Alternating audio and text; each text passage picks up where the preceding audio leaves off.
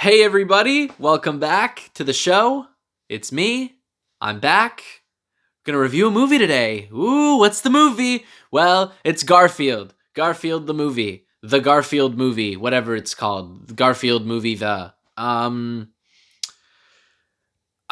guess it's been a while since I've been here reviewing a movie. To explain briefly, nothing has come out that I've wanted to review. I was this close to filming a review of If, the John Krasinski Imaginary Friend movie that came out a few weeks ago. I didn't because I just felt like there wasn't enough to say, and it's terrible. As if that wasn't obvious enough. Just awful. But this Garfield thing, I guess some context for my level of Garfield knowledge. It's not super high. I'm not like a big Garfield fanatic. I understand that there's a big subculture of Garfield fans out there, some ironic and some not as ironic as you'd think. Like people just like genuinely really like Garfield. I don't know. I'm not gonna even touch that. We're not gonna get into the whole cultural legacy of Garfield or whatever. I don't care. Um, he's fine. I think there has been Garfield comics that I've liked. I like the character design of Garfield. I think that he's funny and marketable, and he has some lovable traits. His hatred of Mondays and his love of lasagna. Right? He's a character. He's a brand. We know who Garfield is, and that's why they made this movie. It's like you watch it and you kind of wonder why other than to continue the brand. Like that's the only reason this thing exists. I mean, I guess that's the only reason Garfield exists at all, right? I mean, I've heard that. I've heard that Jim Davis just like even openly admits that he knew he was selling out when he was making it. Um And yeah, that just kind of like permeates the entire movie. Like you watch it and the whole time you're thinking, why?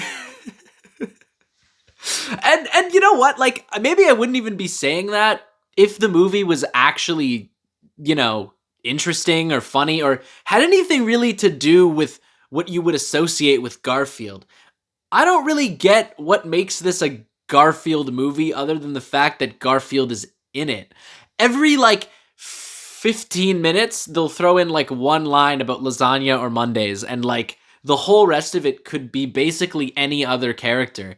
It could have been an original animated character that wasn't Garfield. I don't understand why it was Garfield.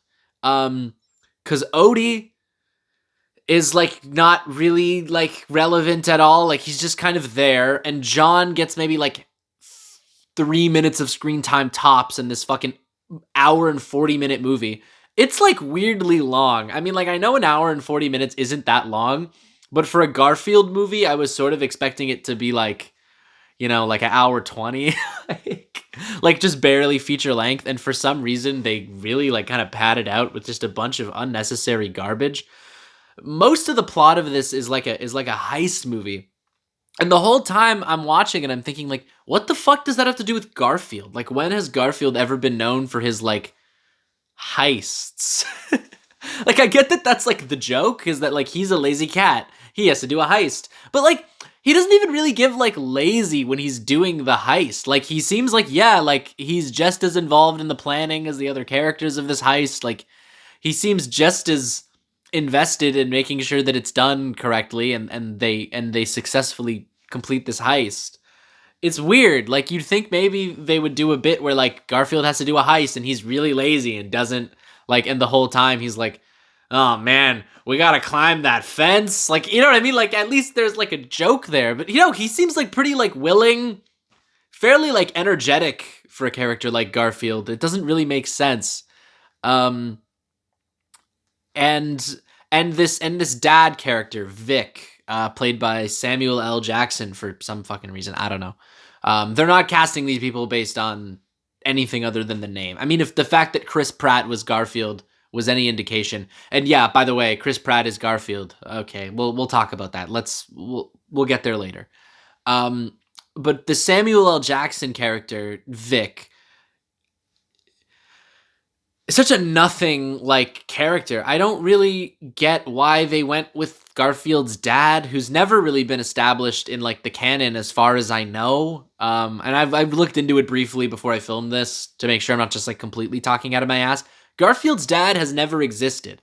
I saw an episode of one of the old Garfield cartoons a while ago where like he meets his mom, and like that's a story that's been done. And like, hey, I guess you'd be repeating, like you'd be adapting something that's already been done, but like at least there was kind of something there. Like, I don't know. I felt like he actually like really loved his mom. It was like a really cute story. Like, I remember it actually being like weirdly really sad. This is like kind of sad, but like you don't really feel any of it because it just doesn't matter because the movie sucks. Like, I don't. I know that's such a cop out to say that like you don't feel the emotion because the movie sucks, but sometimes it's just that simple. The movie just sucks. It's not very funny. There's a couple visual gags that work. I think the animation is very like lively and bouncy and it has like some energy to it that I can really appreciate. I think you can kind of chalk that up to director Mark Dindal, I don't know how you say his name, director of Emperor's New Groove, and also Chicken Little for some reason, which is funny, and Cats Don't Dance. And Cats Don't Dance is a forgotten movie from Warner Brothers in like the late 90s, and it's absolutely hilarious, and the animation is very expressive and bouncy and fun. And Emperor's New Groove, you can kind of see the same influence there. Very jazzy, Warner Brothers-esque kind of comedic animation. And then Chicken Little, which like, that's not his fault. We can't blame Mark for Chicken Little. We have to squarely put the blame on corporate Disney for that movie sucking complete balls. Very funny though. But yeah, you can see that influence in there. I can understand sort of what they were going for with like that bouncy comedic animation style, and it's nice and it's expressive and it's fun, but it's all in service of a very, very bland script that is absolutely littered with product placement. Like an insane, egregious amount of product placement. I mean, if we can go back, in time to when I did that Ghostbusters review a while ago. For that original, what is it? Ghostbusters, the new one, Ghostbusters Afterlife or whatever. There's this scene in it where Paul Rudd goes to Walmart, and it's like a 5-minute scene of just Paul Rudd shopping at Walmart. And in it, I remember, I don't even know if that review is still up on this channel. It might be, but I remember I said something like, this movie has probably the most egregious product placement scene I've ever seen in a movie, like ever. Like it's just Paul Rudd shopping at Walmart, and the shelves are perfect, and it's just him walking through Walmart and picking stuff up off the shelf. And like, yeah, that was really bad. And I still think that probably still just about edges this one out. But for the sheer volume and just complete like superfluousness, is that a word, to the whole movie, I think Garfield might almost have an edge. Like they're about comparable to me, because in Ghostbusters, at least, when he goes to Walmart, there's like this scene of like the Stay Puft Marshmallow Man like destroying the Walmart, and it's kind of like, oh no, the ghosts are getting out. It's stupid and it is completely pointless, and you could cut it out of the movie and nothing happens. But at least it's like something happens at the Walmart. This is just like, and then Garfield mentions Olive Garden, and then Garfield mentions this brand of thing that you've heard of, like just constant. The Sony headphones that he puts on fucking John, the weird dating app plug that they do at the beginning. Okay, you know what? This might be this one might be the worst I've ever seen. Is there's a scene at the beginning where John is like leaving the Italian restaurant, and the lady who works at the restaurant is like, oh, John, you're so young and you're so single. You should get on the dating apps. You know, Tinder, Bumble. She says like another one, I think. She goes, and make sure that you pay for the premium subscription. Huh? Why? What? I remember, we all like, I went with my friends. We all just kind of looked at each other like, what? Did that just happen in the movie? They just randomly decided to plug the paid subscription for dating apps in this kids movie. Like, it's so bizarre. Like, who is that ad even for? Who is the demographic of people that they think they're reaching with that? And who paid for that and why? I mean, I guess obviously Tinder and Bumble paid for that, but like, why? And if they didn't pay for it, and if like, this is what always gets me in movies like this that have like these really egregious product placements. Somebody could honestly tell me to my face, like I could talk to the director and look them in the fucking eyes. They could tell me, no, that wasn't a product placement. Like, that was supposed to be a joke or something. Why did you word it like that? Like, you know what I mean? There's a way of wording a product placement or like even a fake product placement and making it like funny. It's not funny. The character just goes, you should get the premium subscription services for a dating app. It's like, what are we doing? And then it's like, just when you think the movie is like done with the product placement, it's like just before the end. I think it might have even been like just almost as the credits are rolling. It's like there's a montage of Garfield and he's like living his life and he pulls out his phone and he's on the Walmart delivery app and it's like the Walmart logo is like clear. Like, it's literally the app. And he like orders the delivery to his house and it shows up instantly. And I'm like, oh my God. It's just laughable. But again, I can forgive the product placement. I mean, I shouldn't, but I can, because at the end of the day, Garfield basically only exists to sell merchandise anyway.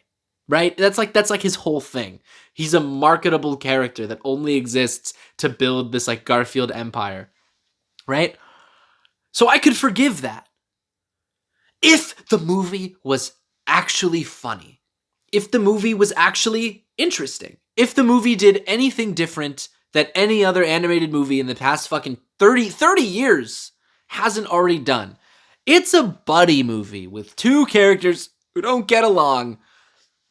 And by the end of the movie, they get along and they love each other because he's his dad. Oh yeah, that's it. And it's the dad. I don't know. I'm really over daddy issues as like a thing in these fucking movies. I'm so over the dad son dynamic in animated movies. It's done. It's been done. It was done in the fucking 90s. It was done in the fucking 2000s. And it's definitely been done in the 2010s.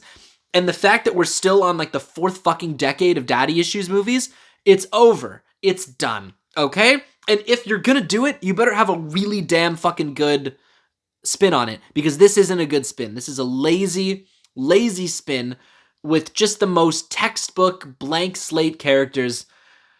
And it didn't have to be this way, because why the fuck did you cast Chris Pratt as Garfield? Let's do it. Let's get into it, folks. Here we are. Chris Pratt as Garfield. This is the big sticking point for a lot of people. And I understand why. I'll give some context on my relationship with this Chris Pratt character.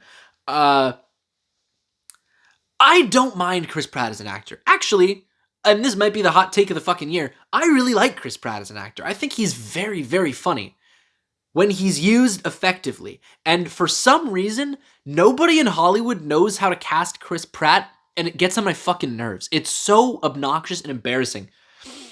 This isn't his wheelhouse. He doesn't play this character well. He plays like easily excitable golden retriever goofball guy so fucking well, like really well. Watch Parks and Rec. And I mean, I think season 1, he's not like, they haven't figured his character out yet, but if you haven't seen Parks and Rec, watch Parks and Rec. Watch like past season 1, and you will see what Chris Pratt is capable of as an actor. He is really good in this kind of role. And then the Lego Movie. That's another movie that absolutely used Chris Pratt to its fullest potential. When he plays this kind of like easily excitable, laughy, goofy guy, very good. And then, for some reason, after Guardians of the Galaxy came out, which is the perfect melding of Chris Pratt as a leading man, Chris Pratt as a goofy, stupid fucking guy.